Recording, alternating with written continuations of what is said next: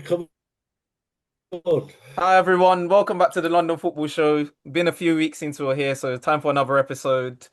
We'll start off with Liverpool. Obviously, annoyingly, they winning every game in the last minute these days. I know their fans will be delighted. I know some people want to ask questions. Should they be worried? It's not quite clicked yet, but I'm sure as a Liverpool fan, you won't care. Playing this early in the season when you start is just about the results. Question for you both. James, you can start. Obviously, Isak probably the biggest transfer move this summer. I'll probably say for the Premier League. Obviously, British transfer record. They broke it after not signing Wirtz not too long before that. How do you think that will work for Liverpool in terms of Mm. Ekatike, for It's example, interesting. It's, who it's they it's bought as well? interesting. Hmm. It's interesting. First of all, on your point about Liverpool scoring late on, I don't think any Liverpool fan will be worried about it at the end of the season when they win the title by the odd point or two. Secondly, there's two faults of Ishak really.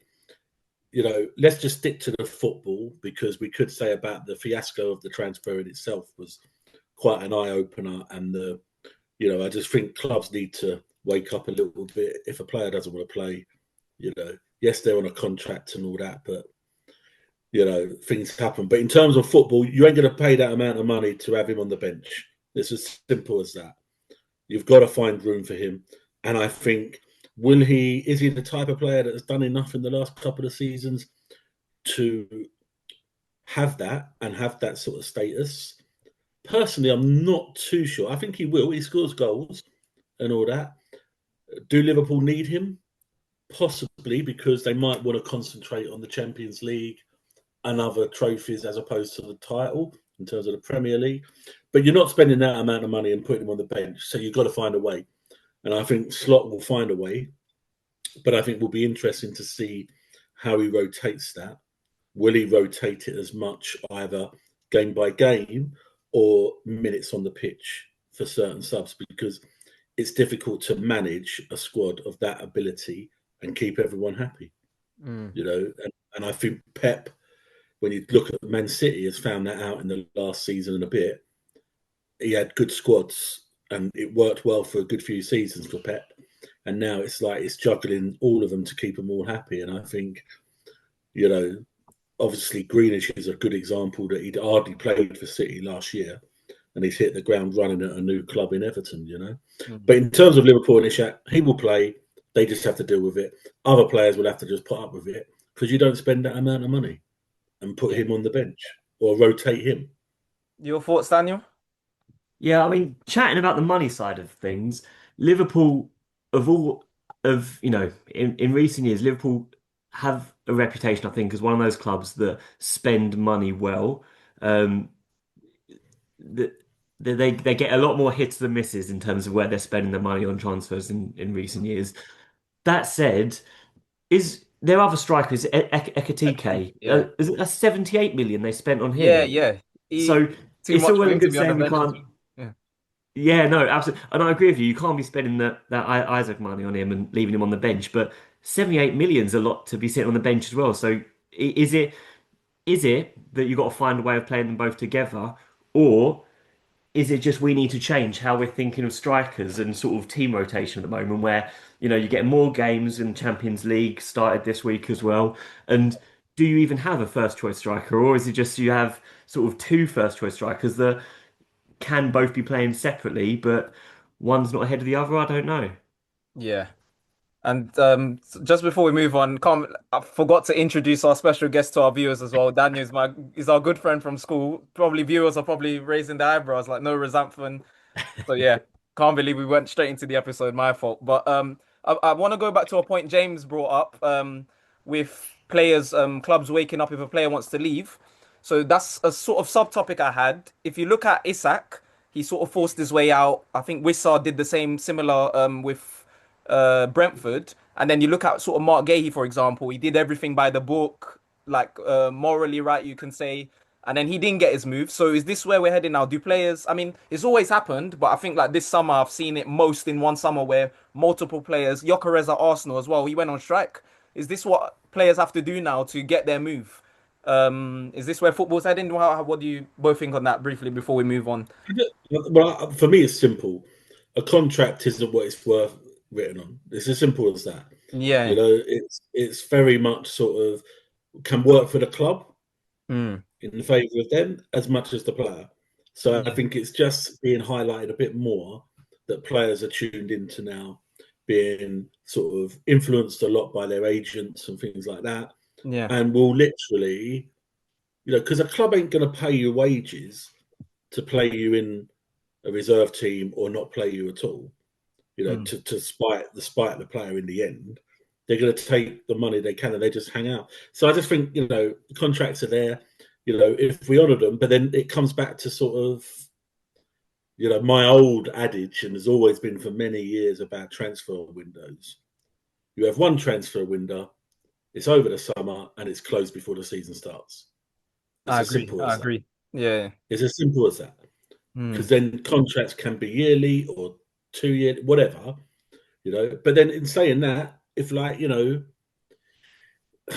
is it worth what it's putting on? I'm not too sure, but money talks. Money talks. What do you think, Daniel? I Firstly, I do agree with you in terms of just sort of for making it a nice round sort of complete thing. I like the idea of having the transfer window shut. Even if it's the day before the season starts, I get that. What I don't understand is this contracts not being worth what they're written. I just don't get it, and I agree with you. That's the way it seems like it's heading.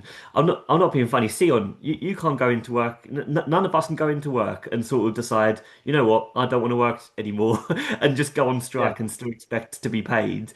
It just doesn't work like that. And I'm struggling to think of any other industry where you can get away with doing that. And I get football's different in a lot of ways, but I just do not see why it's allowed to why it's allowed to happen. And like you said, money talks, but um, it's not a nice thing to see, and it would really wind me up. And I'm an Arsenal fan. I've benefited from Gyökeres sort of being firm in wanting to move to Arsenal.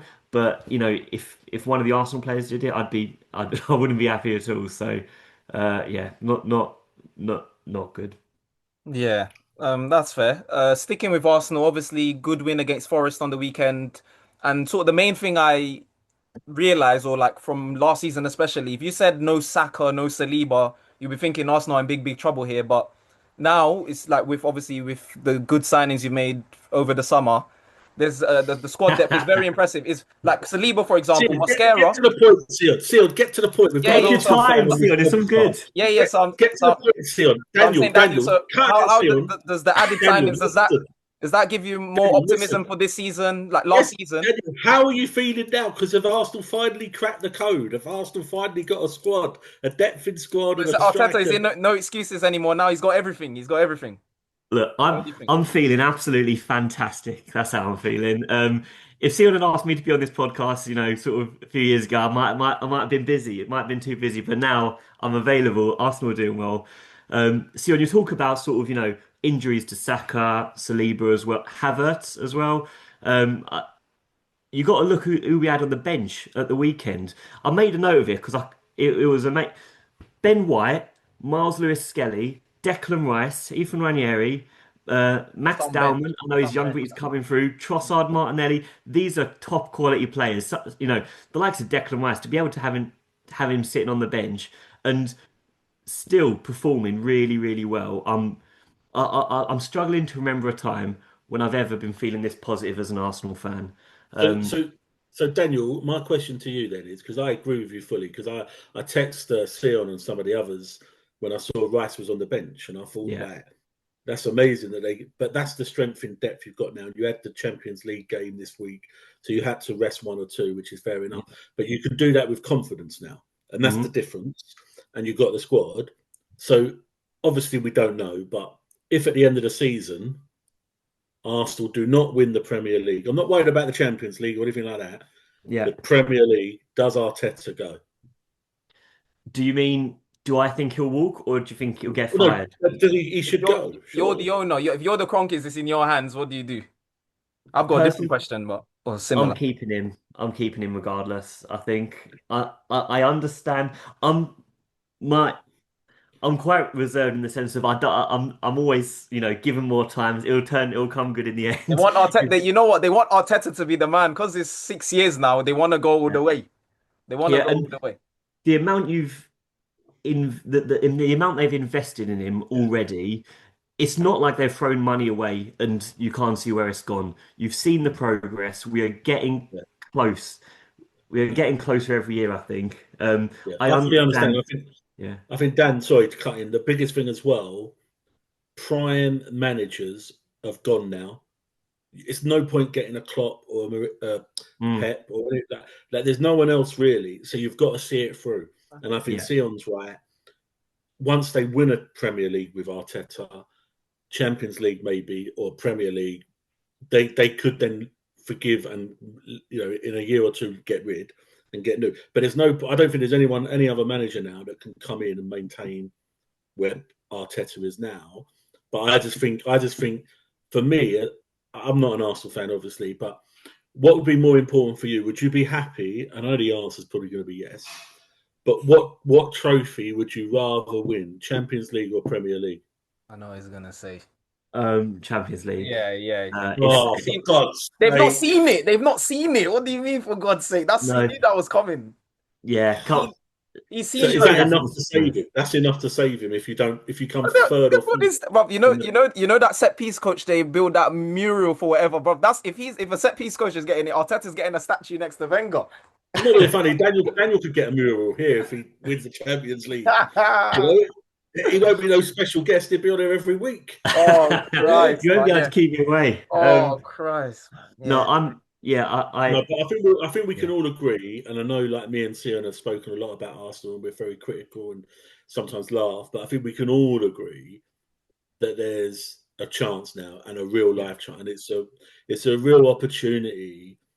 And I like Arteta as a manager. I like that. I've seen a lot of the Arsenal stuff on Prime and all of that, the sort of behind closed door stuff, the training. I talk to a lot of press. I talk to a lot of people at Arsenal. He is a genuine person. He's a very people's person, but he's a very knowledgeable coach, very knowledgeable in football. I think his time is coming, and I'm glad Arsenal stuck with him. So I'm sort of hopeful for them, but there's still a little bit of doubt for me. But it's not as bad as what it's been the last year or two. I can't see them. I can see them being right at the top, but then it's just because, like, Premier League, Liverpool, and with the Champions League, you just don't know the draw. You just don't know how that's going to pan out. You could end up with a real big draw at the quarterfinal stage and get knocked out, whereas another team could get to the final and they've played like weaker teams.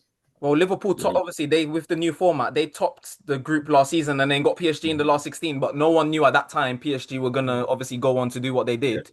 Liverpool were looking like a force, like everyone were like they were gonna walk it. I think they smoked Leverkusen 4-0, Madrid 2-0 at home. They beat the champions of it was about 3 or 4 countries. I know Daniel's a guest, but that's enough Arsenal talk now. Let's move on. Yeah, we're moving on briefly. Sure, I can talk for now about Arsenal if you want. He's a valued guest. He's worth it, but right. It's not turning into the Arsenal Premier League show. Briefly on us, and then obviously finish off with West Ham. Might touch in on Champions League. That's not going to take long. But with us. That the Brentford, the equalizer, that the late drop points, it reminds me of. The first thing I thought after that game, obviously, yes, we've done what we did over the summer. We've been winning cups over the last few years, but over the 38 game Premier League marathon, I still don't think we're up to the standard. Like the Liverpool, for example, where they've got the Salahs, the Van Dijks, the Alissons that have done it. And for me, I was hoping where we're gonna have more of a season. Arsenal had a couple of years ago, the season they first challenged when they finished 5th, and then the first year they finished 2nd, where I was shocked. I didn't expect it. So I think there's still going to be a bit of immaturity. There's going to be results where I'm like, how's that happen? For example, where like we just had 1 minute to see out the game, and I think that immaturity probably in Arsenal's first season is probably what cost them the league. So I'm envisaging something similar for us in terms of this is our first season where we're expected now. We've got no excuses as well. Just like Arsenal, we've got new players, squad depth, and everything like that. So we should be challenging, in my opinion, this season, minimum 80 points. That's in terms of Premier League points tally. I said minimum 80 points, which we've not actually hit since we actually last won the league 8 years ago. So we've always been, I think 74 is our highest points tally in 6 years. So I should be aiming for 80. But then Chelsea, I agree fully with you. I think they're maturing. I think it's going to take a bit of time. They still need, I think, 1 or 2 leaders in their team. But the biggest issue with Chelsea is that Chelsea, previous board and current board, the owners, Are they going to do what Arsenal have done with Arteta and give him time? Are they going to do what Liverpool have done with Klopp, now doing with Slot? Are they going to do what City did with Pep? Are they going to give this manager of yours 2 or 3 seasons with no trophy, with nothing, but good progression, and that's enough for them? Or if you don't win anything this year and finish 3rd or 4th in the Premier League, will they just get rid? Yeah, I mean, obviously, yeah, this will be, concern. yeah, they need to commit to the journey long term, 3 or 4 seasons with them. I think obviously when they took over, they've obviously appointed Graham Potter, for example. I think with how like bad that situation was. What a manager. I think with how bad that situation was, I think at that point they were like, right, this is badly treated at Chelsea. He could have won you the Champions League. This was too bad, so he had to go. But I think now with Maresca, first season getting top 4, and then I think winning the Club World Cup over the summer, I think that's given him time. I think that they trust him now, so I think this will be the first manager they stick. I can't see Maresca being sacked, so I do think they will give him that time to build with this squad, and then obviously as the younger players get older now, like the likes of like Moises Caicedo, for example, I think they're good enough to be challenging for league titles now. He's been in this league, even though he's still young. He did what he did at Brighton. His first season at Chelsea was very shaky, settling in. I think the price tag might have weighed in a bit on that. But last season and this season, he's been excellent for us. The likes of like Reece James, who's finally able to stay fit now. These sort of players, Reece James has been part of a Champions League winning team with us, so he knows the feeling of winning. So I agree with you in terms of we don't have in terms of the leaders in terms of age, which I want as well. So but it doesn't look in your opinion, are you saying what's missing in Chelsea is not necessarily the ability of the squad and the players? It's just the sort of concentration levels and the sort of getting the job done in the final sort of few minutes. Yeah, I agree. Because for me, with this, like obviously it's different doing it in a 7-game tournament. I saw Robert Sanchez obviously win the Golden Glove in the tournament, but I wanted him replaced in the summer. Doesn't mean he can perform for 7 games. I'm like, okay, I'm comfortable with him in golf. I wanted Mike Maignan from AC Milan, who we didn't want to buy, I'm guessing because he's 29. So I'm still skeptical a bit over him. The defense a little bit as well, but the midfield and the attack I'm happy with. So I think it will be like the defense and goalkeeper that lets us down across 38 games. So Sion, then, I agree with what you're saying. Personally, I don't think they're at the level of a Liverpool and Arsenal at the moment. I do think they are getting there and they're moving in the right direction. You said about the Club World Cup, you think that's bought him a bit of time. So come the end of the season, if let's say they don't win Champions League or anything like that, let's say they finish top 4, but they're not right in the mix of the end, is that a successful season? It's not a successful season, absolutely not. But they won't sack him. They won't sack him. I think now this is the first manager. They won't sack him. Last season, right? Last season they said our fans and like certain people, we were like, oh, if we don't get top 4, because remember we were second at Christmas, not Christmas, but early December. And it looked for a while like we weren't going to finish in the top 4 even last season. They said they made it clear like he wasn't going to get sacked even if we didn't make top 4 last season. So that tells me maybe at this early stage, probably because it was his first season, that their expectation last season wasn't in line with us. It's only now where it seems like ending our trophy drought, obviously 3 years with nothing, where it's like the winning mentality is gradually starting to creep back into the club. But last season, if he hypothetically we finish in Europa League, he wasn't going to get sacked last season, even though there would have been a meltdown in our fan base. So I do think they're going to give him time. Even if I still think deep down, I think next season is the one where with like another year with this group of players, maybe 2 or 3 more players next year, I think next season is the season where they will expect a challenge for the first time genuinely. So this season, I don't know what they think, but I agree. I think Arsenal have challenged for 2-3 years. Liverpool obviously done what they've done. I don't think we're there yet. So yeah, I still think we got a bit more to go. But James, finishing off with you, West Ham. What are your thoughts? Obviously, it's not been a great start, but what's the murmurings of how the fans feeling? I don't know. I said before the Tottenham game downstairs in the press that West Ham could be a team that will win once every 3 or 4 games this season. Is that going to be enough? Probably not. Do we need to change the manager? Probably not. I've seen Potter. I've been over there training, seen a bit. He's a fantastic coach. He's got his setup. I think the fans are very upset at the moment with a number of things. It's not good over there. I heard a really bad statistic that worried me, and I didn't realise until after the Tottenham game. But I will use it on Saturday because I think Saturday's a massive game at the London Stadium against Palace. But West Ham have only won twice at home in 2025, and we Wow. were in September. Wow. That's an amazing stat. I would never have guessed that. Never. Wow. An amazing stat in the Premier League. I need to look it up. I need to check it out. But it came from a reliable radio station, so I don't think they would say it if it wasn't true. But I need to check that out. But is he on borrowed time? I don't know. I don't know because you know me with managers and that. Like Yeah. I just think like, he didn't have the problem with Potter when he took over last season. He never had that kick that every new manager coming in gets. They have that sort of like couple of weeks of like there's a big win, there's a couple of the atmosphere. He never got that. His very first game was that FA Cup on that Friday night against Villa, and we started off so well, and then we got knocked out, and then he never got the momentum going in that season last year. He had the pre-season. Pre-season looked okay. We went over to America. A lot of questions over that, not just for West Ham, but any club, because you're coming back quite late on to sort of readjust. We did well in pre-season. We looked good. We had a disastrous start. It was poor. You kind of knew going to Sunderland away, their first game back in the Premier League for many years, it was going to be a test, but we just fell apart really. And then obviously Chelsea came to us. Then we had a good win against Forest just before the international break. And then Saturday we were right in the first 20 minutes of the first half.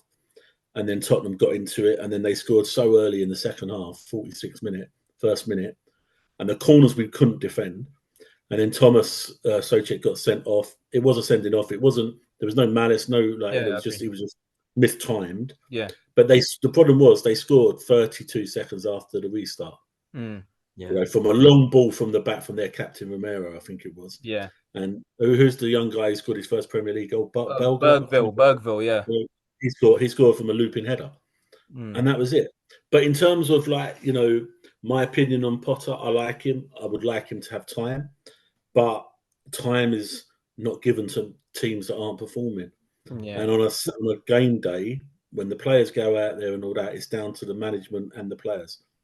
What is it amongst fans at the moment, like West Ham fans? I agree. I think he still needs, more time than that. Do West Ham fans share that view? I think majority of fans would like him to succeed and want to give him time. But I think there's also the worry about there was talk of Mourinho a couple of weeks ago. Nuno lost his job against Forest. He's available. West Ham traditionally go for managers that are available, not necessarily in a job. So you look at sort of managers like Mourinho, although I think he's getting a job soon. I did read something. I can't think what team it was. Has he gone back to? Is it Benfica? Yeah, some club I see. Oh, wow, I haven't seen that. Yeah. Nuno is available. Others are available, but I just think it just highlights the issue for West Ham is that they never got over moving to the London Stadium. So you have a good few seasons in the London Stadium with Moyes and the conference and European football, and then we have a bad season last year and a bad start to this year. Everyone's back to moaning about it's the stadium. It's never going to be good. Do you know what I mean? And we've been in the stadium. We've been in the stadium for nearly 10 years now. Yeah. Do you know what I mean? Like we moved in there in 2016. I think it was. So what is the answer then? I mean, realistically, West Ham, you're not going to be happy just sort of around the bottom half the table. I mean, you want to be doing something like a Crystal Palace, sort of getting that positive vibe around the club. I'll tell you what's happened as well is that we've lost that momentum we had when we were in Europe. Yeah, and we sort of lost that, and we lost our way a bit because West Ham fans, and I'm one of them, and I'm like that in a way, so I can't knock them too much. But like, you win the conference, you then get you suddenly think you're like up there, and you can finish like top 8 in the Premier League all the time, and you're going to challenge for this, challenge for that. It doesn't quite work like that for West Ham. But what you want to do is maintain your stability in the Premier League, like a Palace, like a Brighton, and you're always guaranteed to finish in the top 10. You haven't got to worry about the bottom half of the table. So you can sometimes each season go on a cup run. Yeah. And that's what you're saying, Daniel, which I agree with. That's what West Ham need. They need to sort of just not get too ahead of themselves, have the right people in place, get the right players. What's missing, and I want to make this point very quickly, because there are some West Ham fans that watch this and listen to this when it's out. They hopefully will agree with me. West Ham haven't got any leaders in the squad at the moment. Any what I call West Ham players, like your Mark Nobles, even Declan Rice to a degree, where when it's going wrong on the pitch, you're relying on Jared Bowen, he's a captain, but he's not like he leads them well, but there's no other players I know what you around mean. him Yeah. that will grab hold of the players. Like, no, there's no centre back that's going to grab hold of a player and say, right, stand there, mark this player. Put a tackle in, do this. There's no, like, we go 1 down, 2 down, and it's like, oh, here we go. But I don't know, Daniel. We'll win on Saturday, and everyone will be happy. Everyone will be saying, oh, I didn't know you. I thought because it feels like you've had tough start to the season, and then you say Palace up next, probably one of the most informed teams in the league. Like they rarely get beaten these days. Them it's tough. Our start was bad because Sunderland away, their first home game back in the Premier League was always going to be hard. Chelsea, always hard. Yeah. Forest away was always going to be hard, but we managed to win. Tottenham at home, then you say Palace, then we go Arsenal. Yeah, your start might be the worst. Like if you look at the first. Then we go Everton. Wow. At their new place. We might have to bring Daniel back on the next podcast if West Ham beat Arsenal. I think I'll be that day. Yes, come on, West Ham. What have you got for us? But no, we'll see. Big game on Saturday. We need to win on Saturday. No excuses. Don't care how we get there. We've got to win. Okay, and then Daniel, we'll go back to you. Obviously, this is the first episode, obviously, since we did our preseason preview, I believe, myself and James, where we obviously gave our top fours, top sixes, I think it was, winners of all the cups, Premier League, Champions League. What are your thoughts in terms of like the top four, for example? If you had to give your top four in order, obviously still very early, and predict a Champions League, FA Cup, League Cup winner, what would your thoughts be on that? All right, I've not prepared this at all, so I'm Yeah, gonna that's fall why I didn't off want you this to back. prepare. So like based on what you've seen, I want like what you've seen from like all the teams, Yeah, how everyone's squads are shaping up. Well, what your yeah. thoughts on that? Top four I for the think Premier League you can start with if you want. top four. I mean, the top three. Still think I've got to say Arsenal, Liverpool, City. I think they're still they're way ahead of everyone else, in my opinion. Top. I'm going to say Arsenal. It's difficult to know if that's just my heart talking on my head, but I'm going Arsenal top. Second, I'm gonna go with. I'm gonna go Liverpool. I don't want to be boring. I do think City weren't as bad last year as I think a lot of us sort of thought they were. I mean, they only just about finished behind Arsenal, but yeah, I'll go Liverpool second, City third, and I will say. Um, I'm thinking, do I go Spurs or Chelsea here in fourth? Just I do like Thomas Frank, and I think he's going to do a good job there. I agree. I'll go. I'm going to go. I think they're a little bit. I'm going to go Chelsea fourth, Tottenham fifth. Okay, and then Champions League winner then. Arsenal can't be doing League and Champions League double. That's me finished. So who's winning the Champions League? Who's winning? I'll be doing this if he says that. I'll be doing my podcast in the dark as well. Yeah, in the dark as well. Turn the lights off. He can't be that greedy. I thought you was gonna say they're gonna win the Champions League and predict Liverpool to win the Prem. That's what I thought. So who's winning the Champions League? You did about 20 minutes ago. He said Arsenal will win the Champions League 20 minutes ago. We did the double. But now he's covering all bases, Sion. You know what people like? He's a bit like you, Sion. Covers all bases on every podcast, so he sounds right. Wait, I give definitive answers like this is what. No, I give definitive at the this is what's gonna happen. I don't change, and I say the same on all platforms. Go on, Daniel. Go on. I do. Oh dear. I'll go. If it's not Arsenal, Daniel, who's winning the Champions League? It's not Arsenal. I'm gonna go. I'll go Liverpool. I think they're. I think they're strong. I think the English clubs at the moment are doing really well. I know Yeah. PSG were fantastic in the second half of last season, but Mm. we've seen it is so hard. Unless you're Real Madrid, it is so hard to retain a Champions League. So I'd go Liverpool for That's that. fair. I can't with Liverpool squad. I mean, obviously anything can happen. You never know what can happen in football, but I can't see Liverpool not winning one of the two big ones, Prem or Champions League. So if Yeah. yeah, I agree. But yeah, anything to add before we wrap up? That's everything. Any last No, words? just bring Daniel back sooner rather than later. No, thank you for having me, guys. I appreciate getting the call up. No worries. Take care, everyone. Thanks for watching. Like, subscribe, and share. We'll see you all on the next one.